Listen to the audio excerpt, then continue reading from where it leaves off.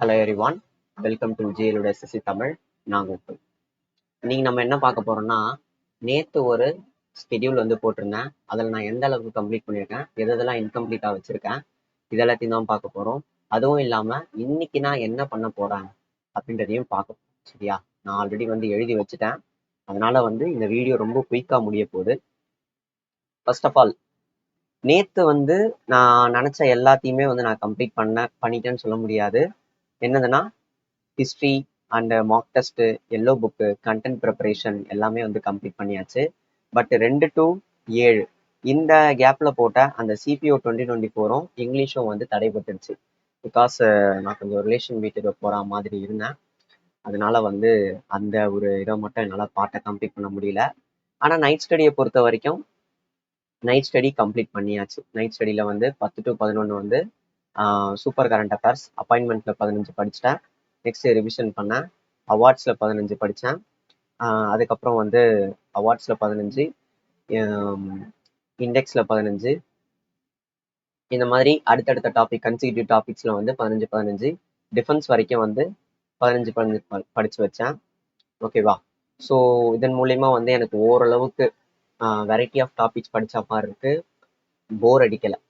சரியா? ஸோ இது ஒன்று நடந்தது. அதே மாதிரி 11 to 12 PM 11 to 12 PM வந்து 100 PYQ போட்டேன்.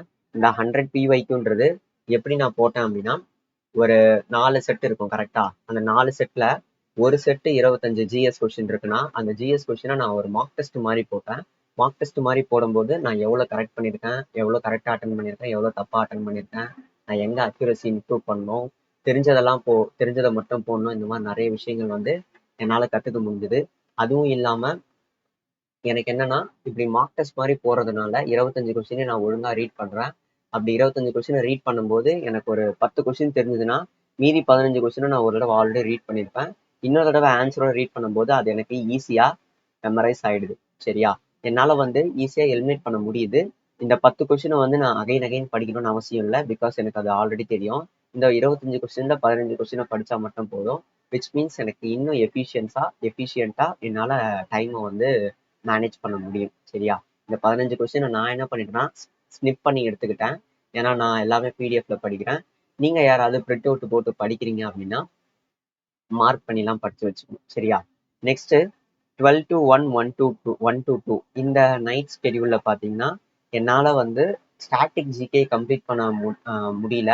நான் அதுக்கு பதிலாக நான் என்ன பண்ணியிருந்தேன்னா, ரீசனிங்ல ஒரு ஷிஃப்ட் போட்டேன். ஏன் நான் ரீசனிங் திடீர்னு எடுத்தேன்னா, நேற்று நான் போட்ட மார்க் டெஸ்ட்ல எனக்கு ரீசனிங் ரொம்ப டைம் எடுத்த மாதிரி ஒரு ஃபீல் ஆச்சு. ரொம்ப குயிக்காக போட முடியல. ஸோ நான் ரீசனிங்ல கொஞ்சம் லேக் ஆகிட்டு இருக்கேன்னு எனக்கு தெரியுது. என்னோட ப்ராக்டிஸை இன்னும் இம்ப்ரூவ் பண்ணுறதுக்காக நான் என்ன பண்ணேன்னா, ஷிஃப்ட் வைஸ் போட ஸ்டார்ட் பண்ணிட்டேன். நான் என்ன சேனல் யூஸ் பண்ணிட்டு இருக்கேன்னா, பல்ராம் சார் ரீசனிங்னு ஒரு சேனல் இருக்கு. அந்த சேனல்ல வந்து சிபிஓ 2024 சிபிஓல CHSL 2024 shift wise reasoning questions வந்து ஹிந்தியில தான் சால்வ் பண்ணிட்டு இருக்காங்க.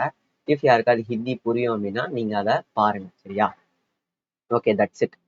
இப்போ இன்னைக்கு நம்மளோட பிளான் 14/8/2024 பிளான் என்னன்றதை பார்ப்போம். ஆஸ் யூஷுவல் ஒரு மார்க்ன்றதை நம்ம போட்டுருவோம். அடுத்து மெடிவல்ல வந்து நான் நேத்து டெல்லி சுல்தானேட்ஸ் வரைக்கும் முடிச்சிருந்தேன். அது ஒரு ரிவிஷன், ஏன்ஷியன்ட்ல ஒரு ரிவிஷனை போட்டுட்டு மெடிவலுக்கு அப்புறம் இருக்கக்கூடிய சாப்டர்ஸை நான் என்ன பண்றேன்னா கம்ப்ளீட் பண்ணணும்னு நினைக்கிறேன்.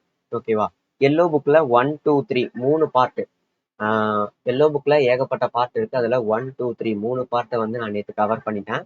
4th பார்ட்ல ஃபுல்லா ப்ரீவியஸ் இயர் கொஸ்டினா தான் இருக்கும். அதாவது பினாக்கிள்ல இருக்கக்கூடிய பாலிட்டி, அதுக்கப்புறம் எக்கனாமிக்ஸோட ப்ரீவியஸ் இயர் கொஸ்டின் தான் அந்த பார்ட் 4ல இருக்கும். நான் கைப்பட எழுதி வச்சிருக்கேன்.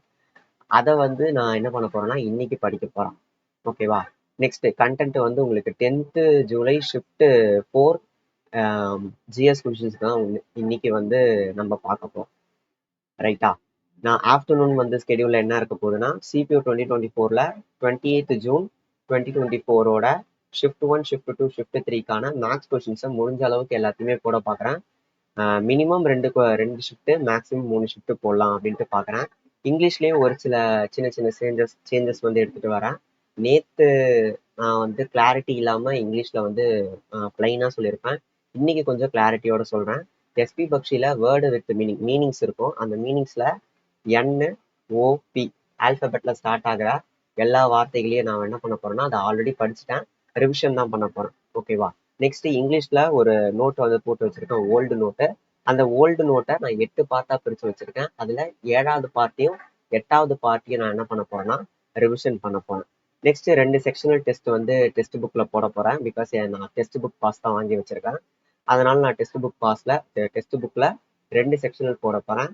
நெக்ஸ்ட் சிபிஓ 2024ல கேட்கப்பட்ட ஸ்பாட் த எரர், அதை வந்து ஏதாவது வீடியோ கிடைக்குமான்னு பார்க்குறேன். மோஸ்ட்லி வந்து ஓப்பன் ஸ்டடின்ற யூடியூப் சேனல்ல வந்து வீடியோவா இருக்கும். அனில் ஜாடோன்னு ஒருத்தர் வந்து போட்டிருப்பாரு. அவரோட வீடியோஸ் தான் வந்து நான் இங்கிலீஷ்க்கு வந்து இப்போதைக்கு ரீசெண்டாக ஃபாலோ பண்ணிட்டு இருக்கேன். ஹிந்தியில தான் இருக்கும். யாருக்காவது ஹிந்தி புரியும்னா அதையும் நீங்க ஃபாலோ பண்ணிக்கோங்க. இது பார்த்தீங்கன்னா morning and evening schedule. Night ஸ்கெடியூல்ல பார்த்தீங்கன்னா current affairs.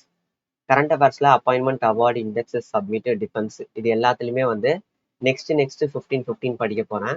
Next books, Ramsar, IIT, UNESCO, bills, இது எல்லாத்தையுமே நான் ஆல்ரெடி படிச்சுட்டேன். அதை நான் ரிவிஷன் பண்ண போறேன். இந்த டே பிளான்லாம் போறதுக்கு முன்னாடி நான் படிச்சுட்டேன். அதை எல்லாத்தையும் ஒரு தடவை ரிவிஷன் பண்ணிக்க போறேன். ப்ரீவியஸ் இயர் கொஸ்டின் சிஹெச்எஸ் 2024ல 100 கொஸ்டின்ஸ் வந்து போட போறேன். ஜூலை 3rd, ஜூலை 2 வந்து நேற்று முடிச்சிருந்தேன். ஜூலை 3rd வந்து நான் இன்னைக்கு முடிக்கலாம் அப்படின்றது இருக்கேன். ஓகேவா? நெக்ஸ்ட் ரீசனிங்கை பொறுத்த வரைக்கும் ஜூலை 1 ஷிஃப்ட் 1 ரீசனிங் கொஸ்டின் வந்து நான் நேற்று போட்டிருந்தேன்.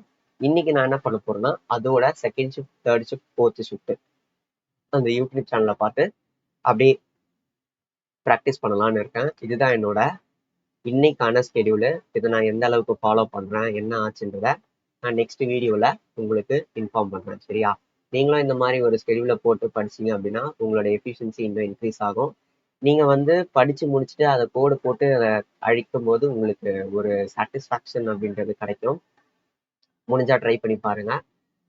சிஜிஎல் 2024க்கான எக்ஸாமுக்கு இன்னும் 30 days கூட இல்லை, ரொம்ப கம்மியாக இருக்குது. எல்லாருமே வந்து ஒழுங்காக படிங்க. நான் படிச்சுக்கிட்டு இருக்கேன்.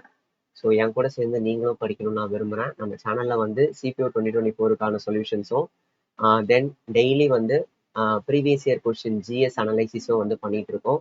அதுவும் இல்லாமல் இந்த ஸ்கெடியூலும் வந்து நான் போட்டு உங்களுக்கு நான் காமிச்சிக்கிட்டு இருக்கேன். ஸோ இதெல்லாம் நம்ம சேனலில் வந்து வந்துட்டு இருக்கு.